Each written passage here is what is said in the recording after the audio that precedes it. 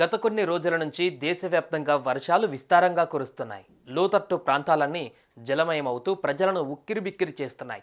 మరీ ముఖ్యంగా తెలంగాణలో గత వారం రోజుల నుంచి ఎడతెరిపి లేని వర్షం కురుస్తోంది. దీంతో రాష్ట్రంలోని పల్లెలు, పట్టణాలు తడిసి ముద్దవుతున్నాయి.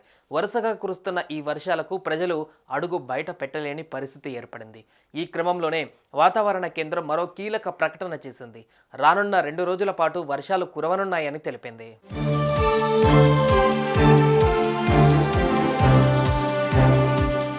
గడిచిన వారం రోజుల నుంచి కురుస్తున్న ఈ వర్షాలకు తెలంగాణే కాకుండా ఏపీ కూడా తడిసి ముద్దవుతుంది.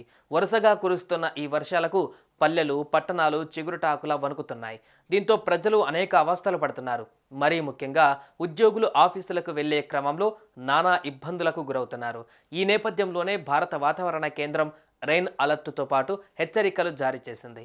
బంగాళాఖాతంలో ఏర్పడిన అల్పపీడనం వాయుగుండంగా మారి బలపడుతుందని, దీని ప్రభావం కారణంగా తెలంగాణలోని కొన్ని జిల్లాలలో భారీ నుంచి అతి భారీ వర్షాలు కురిసే అవకాశం ఉందని ఓ ప్రకటనలో వెల్లడించింది.